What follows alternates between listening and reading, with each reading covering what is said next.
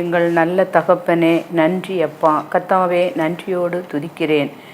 எங்களுடைய இருதயத்தில் நாங்கள் பாவிகளாய் இருந்தபோது உம்முடைய குமாரனுடைய இரத்தத்தால் கழுவி எங்கள் வாழ்க்கையில் ஒளியை ஏற்றி வைத்த தேவன், அந்த ஒளியை அழிக்காதபடிக்கு எங்களுக்கு கிருபை தாங்க ஏசப்பா. இந்த உலகத்தில் இருக்கிற மாயமான காரியங்களை நாங்கள் எடுத்துவிடக்கூடாது. எங்களுக்கு நன்மை செய்யுங்கப்பா ஏசப்பா. இன்றைக்கு வாலிபர்களுக்காக தகப்பனே ஜெபிக்கிறேன் ஏசப்பா. வாலிபர்களை பரிசுத்தப்படுத்தி பாதுகாத்து கொள்ளுங்க ஏசப்பா. அவர்கள் தகப்பனே தினமும் வேதம் வாசிக்கணும் ஆண்டவரே, உம்மை தேடணும், பெற்றோர்களுக்கு கீழ்ப்படியணும் தகப்பனே. அவர்களுடைய கடமைகளை ஒழுங்காக செய்து அவர்களுடைய காரியங்களை எல்லாவற்றையும் ஒழுங்காக பார்த்து கொள்ள நீங்கள் கிருபை கொடுங்க ஏசப்பா. முதலாவது தேவனுடைய ராஜ்யத்தையும் அவருடைய நீதியும் தேடுங்கள், அப்பொழுது இவைகள் எல்லாம் உங்களுக்கு கூட கொடுக்கப்படும் என்று சொன்ன என் அருமை தகப்பனே ஏசப்பா. வாலிபனே, உன் இள வயதிலே தகப்பனே கர்த்தரை தேடு என்று சொன்ன வார்த்தையின்படி தகப்பனே, வாலிப வயதில் இளமையான வயதில் உம்மை தேடணும் ஏசப்பா. உம்மை மறந்து விடக்கூடாது ஏசப்பா. பெற்றோர்களுக்கு கீழ்ப்படியணும், பெற்றோர்களுக்கு அவமானத்தை கொடுக்கக்கூடாது ஏசப்பா. நேரங்களை வீணாக கழிக்கக்கூடாது ஏசப்பா. அவர்கள் தங்கள் ஆண்டவரே நேரம் போகவில்லை என்று, இரவில் தூக்கம் வரவில்லை என்று அவர்கள் தகப்பனே செல்போனுக்கு அடிமையாக அநேக வாலிப பிள்ளைகள் இருக்கிறாங்க ஏசப்பா. செல்போன், ஃபேஸ்புக்கு, யூடியூப்பு, இன்ஸ்டாகிராம் ஏசப்பா, இன்னும் அநேக அதில் இருந்து விடுதலை தரும்படியாக நீங்கள் அவங்களுக்கு கிருபை கொடுங்க ஏசப்பா. அவர்கள் போக்கிலும் வரத்திலும் நீங்கள் பாதுகாத்து கொள்ளுங்க. அவர்கள் படிப்பை ஆசீர்வதிக்கவே நீங்கள் ஆசீர்வதிங்க. எல்லாவற்றையும் உம்முடைய சமூகத்தில் தாழ்த்தி ஒப்பு கொடுக்கிறேன் இயேசுவின் நாமத்தினால். ஆமேன், ஆமேன். வாலிபர்கள் தினம். ஓ மனிதனே, நீ எங்கே போகின்றாய்? ஓ மனிதனே, நீ எங்கே போகின்றாய்? காலையில் பூத்து மாலையில் மறைகின் மலராய் வாழ்கின்றாய். காலையில் பூத்து மாலையில் மறைகின்ற மலராய் வாழ்கின்றாய். ஓ மனிதனே,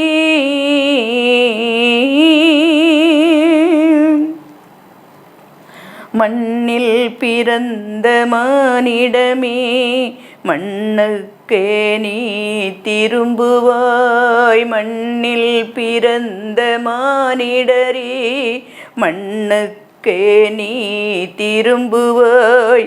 மரணம் உன்னை நெருங்கும் போது எங்கே நீ ஓடுவாய்?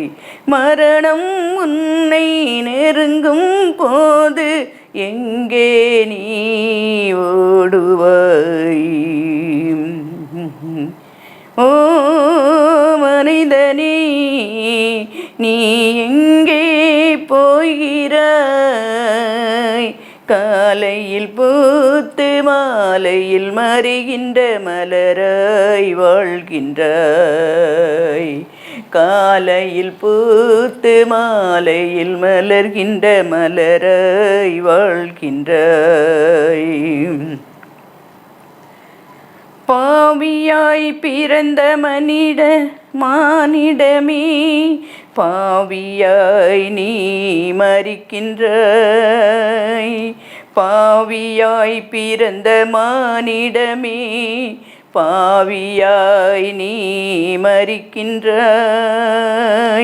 இயேசுவை உள்ளத்தில் ஏற்றுக்கொண்டால் நீ இன்றே மரணத்தை வென்றிடுவாய்.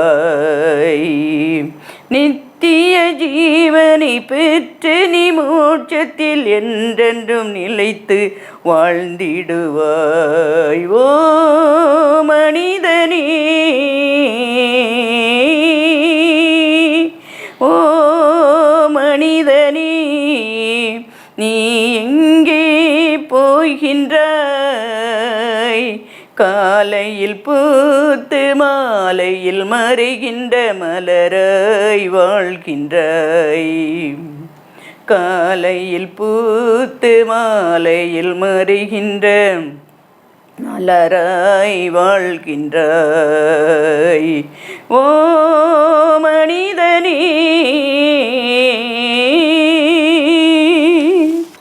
கிறிஸ்துவுக்குள் மிகவும் பிரியமான வாலிப சகோதர சகோதரிகளே, கர்த்தர் உங்களோடு இருப்பாராக. உங்கள் அனைவருக்கும் என் அன்பின் வாழ்த்துக்கள். ஒவ்வொரு மாதமும் நம் வாழ்வில் கிருபையாக கூட்டி கொடுக்கின்ற சர்வ வல்லமையுள்ள தேவனுக்கு நம் துதிகளையும் ஸ்தோத்திரங்களையும் ஏறெடுப்போம். அவர் நமது இந்த மாதத்தை நமக்கு அளவற்ற நன்மையினால் முடி சூட்டுவார். அவருடைய பாதைகள் மெய்யாய் பொழியும். கிருபையினாலும் சமாதானத்தாலும் ஆசீர்வாதங்களினாலும் உங்களையும் உங்கள் இல்லங்களையும் அவர் தாம் நிரப்புவாராக. ஒவ்வொரு மாதமும் நாம் புதிதாக ஆரம்பிக்கும்போது உலகில் நடக்கும் காரியங்களை எல்லாம் கண்ணோக்கும் பொழுது கர்த்தருடைய வருகை மகா சமீபம் என்று நாம் அறிந்திருக்கிறோம். அதற்கு ஏற்றபடியே பரிசுத்த ஆவியானவருடைய உதவியுடன் நம்மை ஆயத்தப்படுத்தி கொள்ளுவோம். ஒவ்வொரு நிமிடமும் ஒவ்வொரு மணி நேரமும் அவருடைய கிருபை தான் நம்மை தாங்கி வழிநடத்துகிறது. ஆகவே எந்தவித பயமும் கலக்கமும் இன்றி தைரியத்தோடு நம்மை படைத்த சர்வ வல்லமை உள்ள பிதாவாகிய தேவனுடைய கரத்தை பிடித்து முன்னேறுவோம்.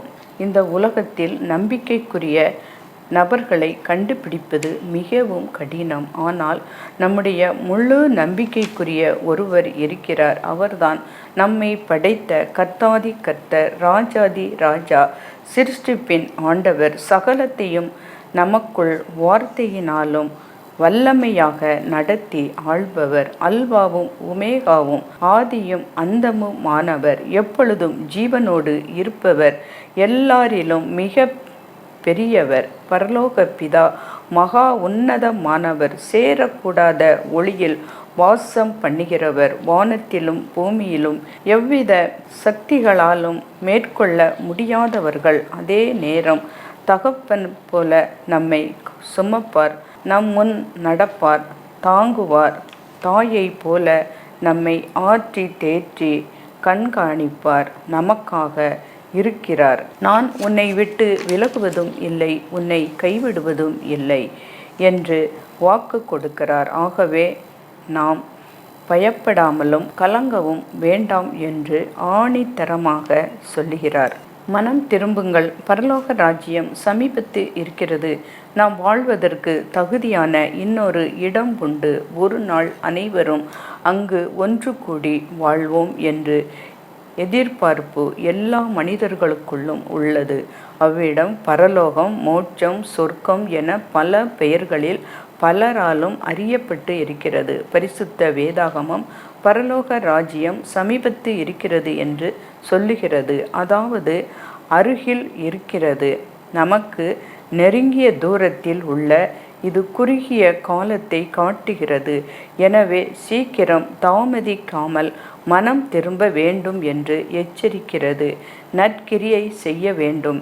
நற்கிரியை செய்வதினால் மட்டும் பரலோகம் போக முடியாது. மனம் திரும்பினால் மட்டுமே பரலோகம் செல்லலாம். உலகில் துன்மார்க்கமாக வாழ யாருமே விரும்புவது இல்லை. பொதுவாக எல்லா மனிதர்களுமே நல்லவர்களாக நற்குணங்களோடு சமுதாயத்தில் மிகுந்த மதிப்போடு உயர்ந்த நிலையில் இருப்பவர்களையே விரும்புவார்கள். ஆனால் பாவம் செய்தால் பரலோகம் போக முடியாது. பாவத்தின் சம்பளம் மரணம் என வேதம் சொல்கிறது. சிலர் தங்களது வாழ்வில் ஏதாவது ஒரு தேவைக்காக காத்திருந்து அது நிறைவேறாமல் போகும் பொழுது அந்த விரக்தியினால் ஏற்படும் கவலை, பயம் போன்ற உணர்வுகளோடு வாழ்கின்றார்கள். சிலர் அதில் இருந்து விடுபட வழி தெரியாமல் தவறான பாதையில் செல்கின்றார்கள். சிலர் மதுவுக்கும் மாதுக்கும் அடிமையாகி விடுகின்றார்கள். ஆரம்பத்தில் சிறிதாக தோன்றிய பாவங்கள் பின்னர் அதில் இருந்து விடுபட நினைத்தாலும் முடியாதபடி அவைகளை பாவம் அடிமைப்படுத்தி விடுகிறது. பாவத்தில் இருந்து விடுபட வெளியே வர நினைக்கிறேன் என்றால் முடியவில்லை என்று பலர் சொல்லுவதை நாம் கேட்கிறோம். இப்படிப்பட்டவர்கள் மனம் திரும்பி மகிழ்ச்சியாக வாழ வேண்டும் என்று இயேசு விரும்புகிறார்.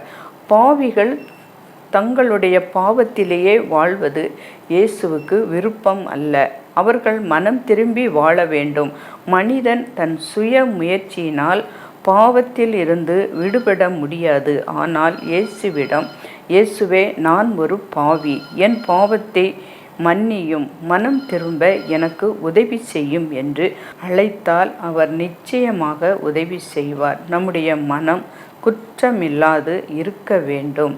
மார்க்கு 7ஆம் அதிகாரம் 21-22 வசனத்தில், மனுஷனுடைய இருதயத்திற்குள் இருந்து பொல்லாத சிந்தனைகளும் விபச்சாரங்களும் வேசித்தனங்களும் கொலை பாதகங்களும் களவுகளும் பொருளாசைகளும் துஷ்ணதனங்களும் கபடும் காம விகாரமும் வன்கண்ணும் தூஷணமும் பெருமையும் மதிகேடும் புறப்பட்டு வரும். பொல்லாங்கனாகிய இவைகள் எல்லாம் உள்ளத்தில் இருந்து புறப்பட்டு மனுஷனை தீட்டுப்படுத்தும் என்று இயேசு சொல்லுகிறார். இப்படியான பாவங்கள் நம் இருதயத்திற்குள் இருந்து புறப்பட்டு நம்மை விட்டு தீட்டுப்படாதபடிக்கு நம்மை காத்து கொள்ள வேண்டும். மனம் திரும்பி சகல ஆசீர்வாதங்களையும் நாம் பெற்றுக்கொள்ள வேண்டும். கர்த்தரை நாம் ஏன் சேவிக்க வேண்டும்? ஒவ்வொருவருக்கும் ஒவ்வொரு விதமான காரியங்கள் தெய்வீக காரியம். இன்றைக்கு வாலிப பிள்ளைகளுக்கு செல்போன் தெய்வமாக இருக்கிறது. ஒரு சிலருக்கு தங்கள் குடும்பம் தெய்வமாக தெரியும். ஒரு சிலருக்கு தங்களுடைய நண்பர்கள் தெய்வமாக தெரிவார்கள். இவைகள் எல்லாம் ஒரு குறிப்பிட்ட காலம் அல்லது ஒரு குறிப்பிட்ட எல்லையுடன் முடிந்துவிடும். கர்த்தர் நம்மை அவருடைய சாயலாகவே படைத்திருக்கிறார். ஆகவே கர்த்தரை சேவிப்பது நமது வாழ்வின் நிறைவாகும். கர்த்தரை சேவிப்பதினால் நாம் ஆசீர்வாதத்தை பெற்றுக்கொள்கிறோம். உபாகமம் 28ஆம் அதிகாரத்தில் அனைத்து ஆசீர்வாதங்களையும் நாம் சுதந்திரித்து கொள்ளுவோம். அத்துடன் நாம் வாலாக்காமல் நம்மை தலையாக்குவார், கீழாக்காமல் நம்மை மேலாக்குவார். இன்று நான் உனக்கு விதிக்கிற வார்த்தைகள் யாவையும் என்னை விட்டு விலகி வேறே தேவர்களை சேவிக்கும்படி நீ வலதுபுறம் இடதுபுறம் சாயாமல் இன்று நான் விதிக்கிற உன் தேவனாகிய கர்த்தர் கட்டளைகளை கை கொள்ளவும் அவைகளின்படி நடக்கவும் அவைகளுக்கு செவி கொடுத்து வந்தால் கர்த்தர் உன்னை வாலாக்காமல் தலையாக்குவார், நீ கீழாக்காமல் மேலாக்குவாய். கர்த்தரை சேவிப்பதின் துவக்கம் அவரை அன்பு செய்வதாகும். அல்லது நான் கிறிஸ்தவன் என்பதற்காக அவரை சேவிக்கிறேன் என்று ஏனோ தானோ என வாழ்ந்து செல்வது கிறிஸ்தவ வாழ்க்கை அல்ல. அவரை முழு இருதயத்தோடும் முழு ஆத்துமாவோடும் முழு பலத்தோடும் அன்பு செய்ய வேண்டும். இஸ்ரவேல் கேள், நம்முடைய தேவனாகிய கர்த்தர் ஒருவரே கர்த்தர். நீ உன் தேவனாகிய கர்த்தரிடத்தில் உன் முழு இருதயத்தோடும் உன் முழு ஆத்துமாவோடும் உன் முழு பலத்தோடும் அன்பு கூறுவாயாக. கர்த்தரை சேவிப்பதினால் உலகத்தில் அனைத்து இக்கட்டுகளுக்கும் ஆபத்துக்களுக்கும் நம்மை விலக்கி பாதுகாப்பார். இந்த உலகம் தரக்கூடாத சமாதானத்தை அவர் நமக்கு தருவார். உம்மை உறுதியாய் பற்றி கொண்ட மனதை உடையவன் உம்மையே நம்பி இருக்கிறபடியால் நீர் அவனை பரிபூரண சமாதானத்துடன் காத்து கொள்ளுவார். கர்த்தரை என்றென்றைக்கும் நம்பும் பொழுது கர்த்தராகிய யெகோவா நித்திய கன்மலையாய் இருக்கிறார். கர்த்தரை சேவிப்பதினால் நாம் நித்திய வாழ்வை சுதந்திரித்து கொள்ளலாம். கர்த்தர் நம்மை அழியாமை நின்று படைத்து இருக்கிறார். அந்த அழியாமையை நாம் பெற்றுக்கொள்கிறோம். நாம் தனியாக கர்த்தரை சேவிப்பது முக்கியம் அல்ல, குடும்பமாக கர்த்தரை சேவிப்பதே முக்கியம். ஆகவே தாய் தகப்பன்மார்கள் எப்பொழுதும் பிள்ளைகளுக்கு முன் உதாரணமாக நடக்க வேண்டும். பிள்ளைகளுக்கு வசனத்தை சொல்லிக் கொடுக்க வேண்டும். வசனத்தின்படி வாழ அவர்களுக்கு சொல்லிக் கொடுக்க வேண்டும். பரிசுத்தமாய் வாழ கற்றுக் கொடுக்க வேண்டும். நம் பிள்ளைகளை கர்த்தர் மட்டுமே சேவிக்க வழி காட்டுங்கள் என்று. பிரியமானவர்களே, உங்கள் பிள்ளைகளை எப்படி வளர்க்கிறீர்கள் என்று நாம் பார்ப்போம் என்றால், சிறு வயதிலிருந்தே பிள்ளைகளை குடும்ப ஜெபத்தில் உட்கார வைத்து முழங்காலில் நின்று ஜெபிக்க வேண்டும் என்று கற்றுக் கொடுக்க வேண்டும். 5 வளையாதது 50 வளையாது என்ற பழமொழியை நாம் அறிவோம். ஆகவே சிறு வயதிலே வேதத்தை வாசிக்கவும் ஆலயத்திற்கு தவறாமல் செல்லவும் கற்றுக் கொடுக்க வேண்டும். அவர்கள் யாருடன் பழகுகிறார்கள் என்பதை கண்காணிக்கவும் வேண்டும். அது மிகவும் நல்லது. பிள்ளைகள் கர்த்தருக்குள் கட்டுப்பட்டுவிட்டால் அவர்கள் அநேகருக்கு பிரயோஜனமுள்ள பாத்திரமாக மாறி விடுவார்கள். இயேசு யோசுவா சொல்லும் வார்த்தைகளை எவ்வளவு அழகாக இருக்கிறது பார்ப்போம் என்றால், நானும் என் வீட்டாருமோவென்றால் கர்த்தரையே சேவிப்போம் என உறுதியாக கூறுகிறார். சேவிப்போம் என்பது நான் கிறிஸ்தவன், நான் கிறிஸ்தவள் என்பதோடு முடிந்து விடுவது அல்ல. எல்லாவற்றிற்கும் மேலாக கர்த்தருக்கு பயந்து அவர் கட்டளைகளுக்கு கீழ்ப்படிந்து வாழ்வது, முழு மனதுடன் அவருக்கு அன்பு செய்து அவர் நாமத்தின் மேல் விசுவாசம் வைப்பது, அவருக்காக கடைசி வரை வைராக்கியத்துடன் தூய வாழ்க்கை வாழ்வதாகும். இதுவே அவரை பற்றி சேவிப்பது என்பது அர்த்தமாகும். கர்த்தருக்கு பயந்து அவர் வழிகளில் நடக்கிறவன் எவனோ அவன் பாக்கியவான். உன் கையின் பிரயாசத்தை நீ சாப்பிடுவாய். உனக்கு பாக்கியமும் நன்மையும் உண்டாயிருக்க. உன் மனைவி உன் வீட்டோரங்களில் கனிதரும் திராட்சை கொடியைப் போல் இருப்பாள். உன் பிள்ளைகள் உன் பந்தியை சுற்றிலும் ஒலிவ மரக் கன்றுகள் போல் இருப்பார்கள். இதோ கர்த்தருக்கு பயப்படுகிற மனுஷன் இவ்விதமாய் ஆசீர்வதிக்கப்படுவான். 2 ராஜாக்கள் 1ஆம் அதிகாரம் 9ஆம் வசனம் 10ஆம் வசனம். தீர்க்கதரிசியாகிய எலியாவை 3000த்திற்கும் அதிகமான படை வீரர்கள் திரண்டு கொலை செய்ய வந்த பொழுது அவர்களை விட மகா பயங்கரமான இராணுவ வீரர்களை அனுப்பி நம் தீர்க்கதரிசியையும் நம் வேலைக்காரரையும் காப்பாற்றின மகத்துவமான தேவன் நம்மோடே இருக்கிறார். முதலாவதாக அவர் மிகுந்த சர்வ வல்லமை உள்ளவர். மகத்தான தேவனாக இருந்தாலும் நமக்கு அவர் ஒரு நல்ல மேய்ப்பன் போல இருக்கிறார். அந்த நாட்களில் இஸ்ரவேல் ஜனங்கள் பாதை தெரியாத இடத்தில், வனாந்தரமான இடத்தில் வழிகாட்டியாக மேக ஸ்தம்பமாக காட்சி அளித்தது போல இடைவிடாமல் உயிர்த்தெழுந்த ஆண்டவராகிய நமக்கு அவர் அடிக்கடி காட்சி அளிக்கிறார். ஆவிக்குரிய வாழ்வியலையும் உலக வாழ்வியலையும் நாம் எந்த வழியை தெரிந்து கொள்ள வேண்டும் என்பதை நமக்கு தெளிவுபடுத்துகிறார். இயேசு இஸ்ரவேலின் ஜனங்களை கடுமையான வனாந்தரத்தில் நடத்தின.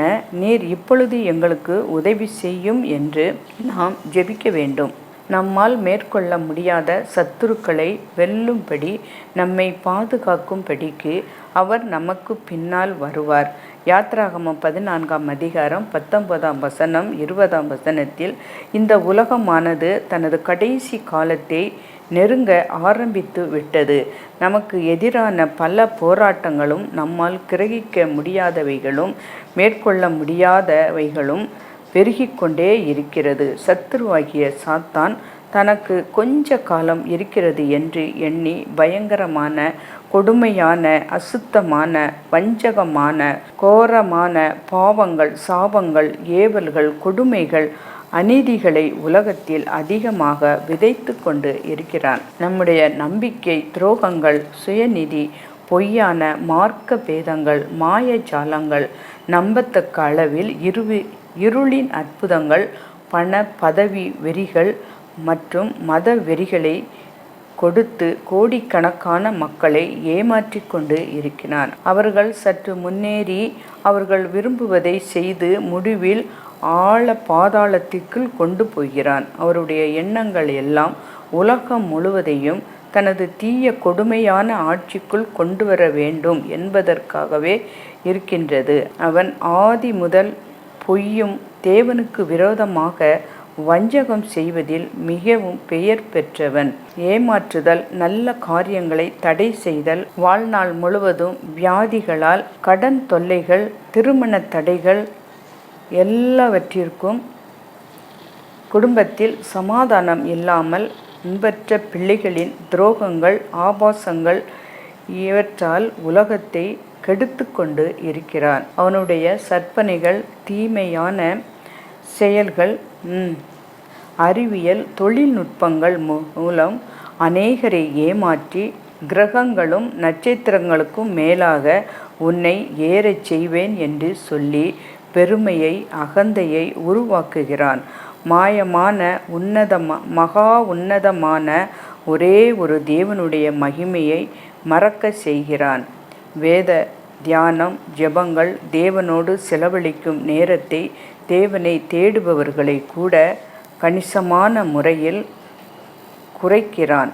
எப்பொழுது பார்த்தாலும் டென்ஷன் அளவுக்கு மிஞ்சின நேர வேலைகள், ஓயாத சண்டைகள், பிரிவினைகள், சூழ்நிலைகள், சமாதானம் இல்லாத, எதிர்பாராத விபத்துக்கள், சோகங்கள், தீராத வியாதிகள், முறுமுறுப்புகள், தோல்விக்கு மேல் தோல்விகளை கொடுத்து நல்ல தெய்வ பக்தியுள்ள மக்களையும் பின்வாங்கச் செய்கிறான்.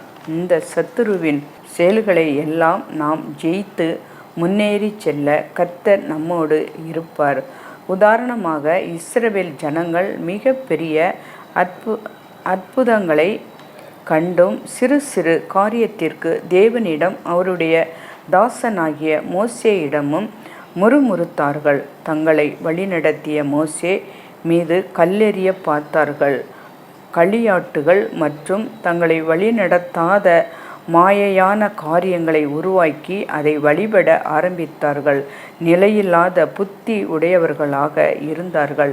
காரணம், அவர்களுடைய ஆன்மீக வாழ்க்கையை பாதுகாக்க நியாய பிரமாணங்கள் இருந்ததை தவிர ஒரு உள்ளான தேவ பலம் இல்லை. இதனால் தேவன் அவர்களை வெறுத்து அவர்களுக்கு வாக்கு கொடுத்த சுதந்திர நாட்டை அடைய முடியாமல் போயிற்று. எனவே இந்த மகிமையின் தேவனானவர் நம் உள்ளத்திலும், நம் இல்லத்திலும், நம் பிள்ளைகளின் மத்தியிலும் இருக்கும் பொது ஒரு சத்துருவானவனும் நம்மை மேற்கொள்ள முடியாது. எவ்வளவு பெரிய தடைகள் வந்தாலும், நம்மளால் கிரகிக்க முடியாத பெரிய பயங்கரமான சாத்தானின் சேனைகள் வந்தாலும்,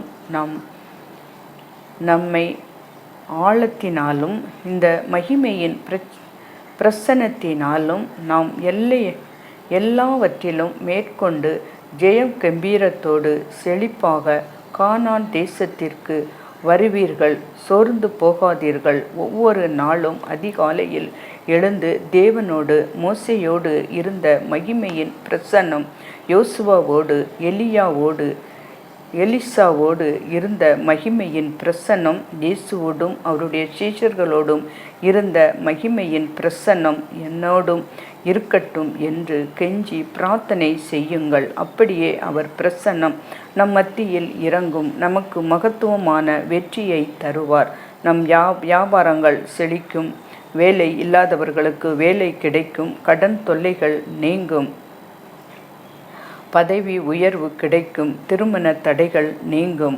உலக பிரகாரமாக நாம் எல்லாவற்றிலும் ஆசீர்வதிக்கப்படுவோம். அது மாத்திரம் அல்ல, வெறுங்கையாக போன யாக்கோபை பற்றி தேவ சேனை நடமாடி அவனை சுற்றி இருந்த எல்லா சத்துருக்களிடம் இருந்தும் அவனை விடுவித்து அவனை மிக பெரிய ஐஸ்வர்யனாக மாற்றினது போல நம்மையும் மாற்றுவார். ஏனென்றால் கர்த்தர் யாக்கோபிற்கு வாக்கு கொடுத்தார், பயப்படாதே, நீ எல்லாவற்றிலும் இழந்து வெறுங்கையாக கல்லின் மேல் படுத்திருக்கிறாய். நீ போகும் இடமெல்லாம் தேவனாகிய கர்த்தர் நான் உன்னை காத்து அந்நிய தேசத்தில் இருந்து சொந்த தேசத்திற்கு உன்னை திரும்பி வரப்பண்ணி உன்னை ஆசீர்வதிப்பேன். நான் சொன்னதை செய்யும் அளவும் உன்னை கைவிட மாட்டேன்.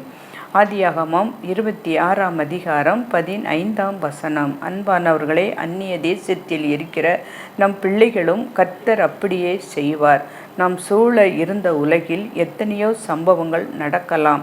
அவை ஒன்றும் நம்மை சேதப்படுத்தாது. எல்லாவற்றிலும் அடக்கி ஆளுகிற ஜெயம் கொண்ட சர்வ வல்லமையுள்ள தேவன் நம் கரங்களை பிடித்து இருக்கிறார். ஆகவே எந்த சக்தியும் நம்மை மேற்கொள்ளாது. மலையின் அடிவாரத்தில் இருக்கிற நம்முடைய கரம் பிடித்து மெதுவாக நடத்தி உன்னதமான மலையின் உச்சியில் நம்மை கொண்டு போய் சேர்ப்பார். அப்பொழுது கர்த்தர், யோசுவாவே, பயப்படாதே, திடன் கொள், நான் உன்னோடு இருப்பேன், நான் உன்னோடு வருவேன், உன்னை விட்டு விலகுவதுமில்லை, உன்னை கைவிடுவதுமில்லை.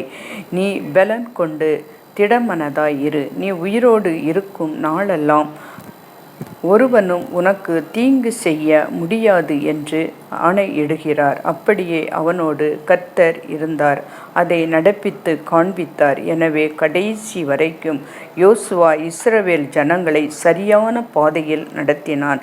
தேவனுக்கு பயந்த தலை சிறந்த தலைவனாக மாற்றினார். மோசே எல்லா கலைகளையும் கற்றவன், அறிவு பெருத்தவன். ஆனால் யோசுவா தன் எஜமானாகிய மோசேயின் முன்பாக ஒரு வேலைக்காரனாக இருந்தான். கர்த்தர் மோசேயின் 2 பிள்ளைகளோடு அல்லது இஸ்ரவேல் ஜனங்களில் மற்றவர்களையோ தேர்ந்தெடுக்காமல் நித்தமும் மோசேயை விட்டு விலகாமல் இருந்த யோசுவாவை தெரிந்து கொண்டு அவனை உயர்த்தினார், கௌரவப்படுத்தினார், ஆளுகைகளை அவனுக்கு கொடுத்தார், எல்லா சத்துருக்களையும் மடங்கடிக்கும் வெற்றியை கொடுத்தார், தேசத்தை சுதந்திரிக்கும்படி செய்தார். எனவே நாமும் யோசுவாவை போல அவருடைய மகிமையின் பிரசன்னத்தில் நீடித்து நிலையாக இருக்கும் பொழுது அற்பமாய் எண்ணப்படுகிற உங்களையும் உயர்த்துவார், கனப்படுத்துவார், மேன்மைப்படுத்துவார். இந்த கடைசி காலத்தில் உங்கள் மூலம் பரிசுத்த வேதாகமத்தில் உள்ள அத்தனை பெரிய அற்புதங்களையும் அவர் செய்வார். இன்றைக்கும் கூட கிறிஸ்துவுக்கு விரோதமாய் செயல்படுகிற அதிகாரங்கள், வல்லமைகள் அனைத்தையும் கர்த்தர் புரட்டி போட்டு தம்முடைய ஜனங்களுக்காக பரிதாபப்படுகிறார். அவருடைய நாமத்தின் நிமித்தம் துன்பப்படுகிறவர்களுக்கு மீட்டு உயிர்ப்பித்து உயர்த்துவார். மேட்டிமையானவைகளை தாழ்த்தப்பட்டவைகள் உயர்த்தப்படும். பரிகாசங்கள், ஏளனங்கள், ஏமாற்றங்கள், வஞ்சனைகள், கொடுமைகள் முறியடிக்கப்படும். சாந்தம், அமைதி, நீதி, நேர்மை, சமத்துவம், உண்மை வெல்லும். மோசேயோடு இருந்த கர்த்தர் நம்மோடும் கூட எப்பொழுதும் இருப்பார். நித்திய கீர்த்தி உள்ளவன், நீதிமான், கர்த்தருக்கு பயந்தவன் என்றென்றைக்கும் அசைக்கப்படாது இருப்பான். உலகத்தின் சகல காரியங்களுக்கும் நம் வாழ்க்கையில் காணப்படுகிற அனைத்தையும் அசைந்து அழிந்து போனாலும் நமக்கு ஒரு அசைவும் ஏற்படாது. அசைவு என்று சொல்லும் பொழுது பாதிப்பு, பயம், தீமை, நம்பிக்கையற்ற நன்மை இவைகள் எதுவும் இருக்காது. ஏனென்றால் நம்முடைய இருதயம் கர்த்தரை நம்பி திடனாய் இருக்கும். குறிப்பாக இந்த புதிய மாதத்திலேயும் அநேகருடைய விசுவாசம் தளர்ந்து போனாலும் கர்த்தர் மேல் நம்பிக்கையாய் இருக்கிற நாம் விசுவாசமே அசைக்கப்படாது இருக்கும். மனிதருடைய விசுவாசமும் ஞானம் இன்னும் அதிகமாக பெருகி அரசாங்கங்கள், நாடுகள், தலைவர்கள், மக்கள் மத்தியில் புகழ் பெற்றவர்கள் அனைவருக்கும் தேவன் ஒருவர் தேவையில்லை என்று சொல்லும் நாட்கள் வரும். ஆனால் இவை எல்லாவற்றின் மத்தியிலும் தேவன் மேல் நாம் வைத்திருக்கிற விசுவாசம், நம்பிக்கை அசைக்கப்படாமல் உறுதியாக இருப்பதற்காக, அப்படி இருக்கும் பொழுது நம் வாழ்வில் பிற பரிமாணங்கள் எல்லாவற்றிலும் நாம் அசைக்கப்படாது இருப்போம். முதலாவது, தேவனாகிய கர்த்தர் மூலமாக பாவத்தை மேற்கொள்ளக்கூடிய வல்லமையை நமக்கு தருகிறார். அதாவது நாம் பாவ சோதனைகளை ஜெயித்து கர்த்தருக்கு என்று பரிசுத்தமாக வாழக்கூடிய வல்லமையை கர்த்தர் நமக்கு தருகிறார். நம்முடைய வாழ்க்கையில் அனுதினமும் பலவிதமான பாவ போராட்டங்கள் வருகிறது. அது வாலிபர்களுக்கு மட்டும் அல்ல, வயதான பெரியவர்களுக்கும் தான் அதிகமான பாவ போராட்டங்கள் இருக்கும். அநேகர் வயது ஆக ஆக அந்த போராட்டம் குறைந்துவிடும் என நினைக்கிறார்கள். இல்லவே இல்லை. நாம் மரிக்கும் வரைக்கும் நமக்கு பாவ போராட்டம் இருக்கும். நம்முடைய சரீர அவயவங்களில் போர் செய்கிற அநேக இச்சையான காரியங்கள் இருக்கிறது என்று பரிசுத்த வேதாகமத்தில் சொல்லப்பட்டிருக்கிறது. அதாவது நம்முடைய வாழ்க்கையை கரைப்படுத்தக்கூடிய கண்களின் இச்சை, மாமிசத்தின் இச்சை, பெருமை, கோபம், எரிச்சல், புறம் கூறுதல் போன்ற பாவங்கள் அனைத்திலும் நம்மை வந்து மோதுகிறது. பாவம் எங்கோ தூரமாக இருப்பது இல்லை, நம்முடைய வீட்டிற்குள் படிக்கின்ற இடத்தில், வசிக்கின்ற இடத்தில், வேலை செய்கிற இடத்தில், தொழில் செய்கிற இடத்தில், ஊழியம் செய்கிற இடத்தில் விதவிதமான பாவங்கள் நம்மை வந்து சூழ்ந்து கொள்கிறது. நம்மை சுற்றிலும் நெருங்கி நிற்கிற பாவங்கள் என்று பரிசுத்த வேதாகமத்தில் குறிப்பிட்டும் இருக்கிறது. எபிரேயர் 12:1 பாவம் எங்கோ தூரமாக இல்லை, அது நம்மை சூழ்ந்துதான் இருக்கிறது. அதாவது நம்முடைய பரிசுத்தத்தை குலைத்து, நம்மை கரைபடித்து, நம்முடைய சமாதானத்தை கெடுத்து, நம்முடைய வாழ்க்கையின் சந்தோஷத்தை கெடுக்க நினைக்கிற அநேக போராட்டங்கள் நம்மை சுற்றிலும் இருக்கிறது. அனுதினமும் நாம் இந்த பாவ போராட்டத்தை ஜெயிக்க வேண்டும். அவைகளை நாம் ஜெயிக்க வேண்டுமானால் அதற்கென்று ஒரு வல்லமை நமக்கு மிகவும் அவசியமாக இருக்கிறது. அந்த தெய்வீக வல்லமையைத்தான் பரிசுத்த ஆவியானவர் மூலமாக கர்த்தர் நமக்கு தருகிறார். அந்த வல்லமையைத்தான் கர்த்தர் இன்றைக்கு நமக்கு கொடுக்க விரும்புகிறார். வாலிபர் தம்பி மனம் திரும்பி ரட்சிக்கப்பட்டான்.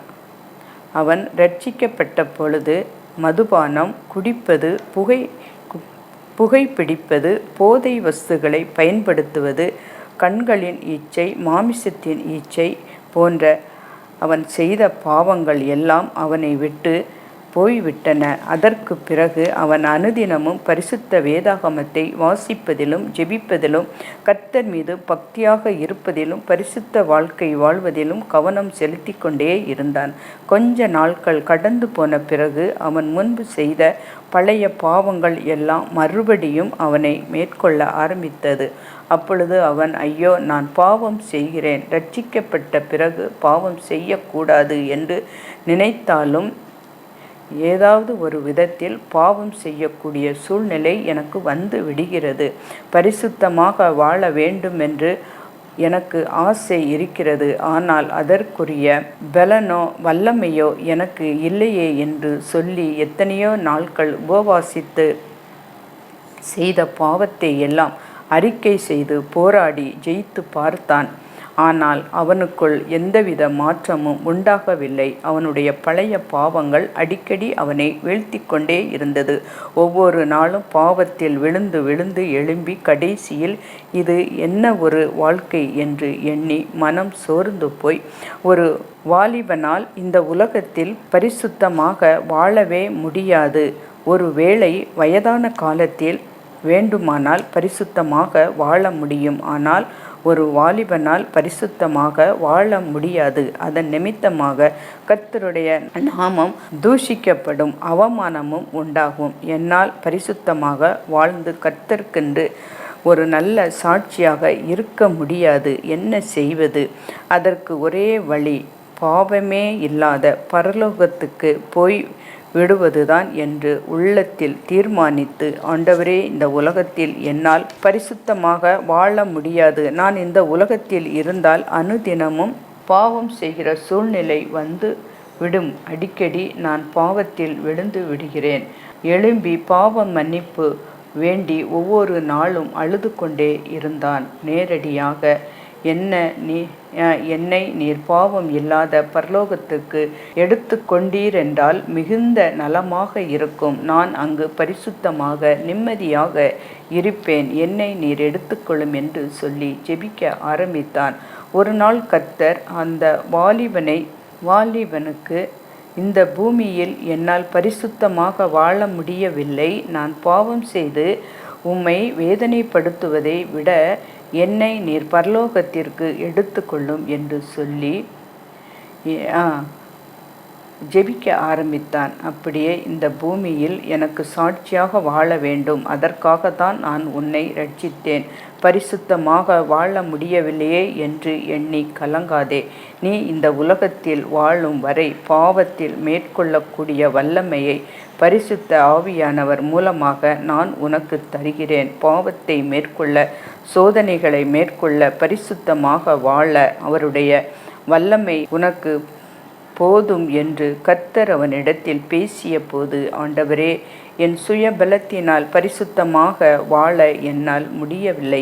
அதற்குரிய வல்லமையை எனக்கு தாரும் என்று சொல்லி ஜெபிக்க ஆரம்பித்தான். கர்த்தர் மனம் இறங்கி நம்முடைய பரிசுத்த ஆவியை அந்த வாலிபன் மீது அளவில்லாமல் ஊற்றினார். உடனே அவன் ஆவியில் நிரம்பி, ஆண்டவரே என்னை மன்னியும் என்று பல அந்நிய பாஷைகளை பேசி கர்த்தரை துதித்து ஜெபித்தான். அப்பொழுது அந்த வாலிபனுக்கு ஒரு புதிய தெய்வீக பலன் கிடைத்தது. அந்த வாலிபன், உலகத்தில் நமக்கு உபத்திரம் உண்டு, ஆனாலும் திடன் கொள்ளுங்கள் என்றுதான் இயேசு கிறிஸ்து சொல்லி இருக்கிறார். நாம் அநேக உபத்திரங்களின் வழியாய் தேவனுடைய ராஜ்யத்தில் பிரவேசிக்க வேண்டுமென்று கர்த்தருடைய வார்த்தை சொல்லுகிறது. ஆகவே நாம் இந்த உலகத்தில் வாழும் வரை பாடுகள் துன்பங்கள் வழியாக கடந்து போக வேண்டியது. உலகத்தில் வாழ்கிற நமக்கு பாடுகளும் நெருக்கங்களும் உபத்திரவங்களும் இருக்கத்தான் செய்யும்.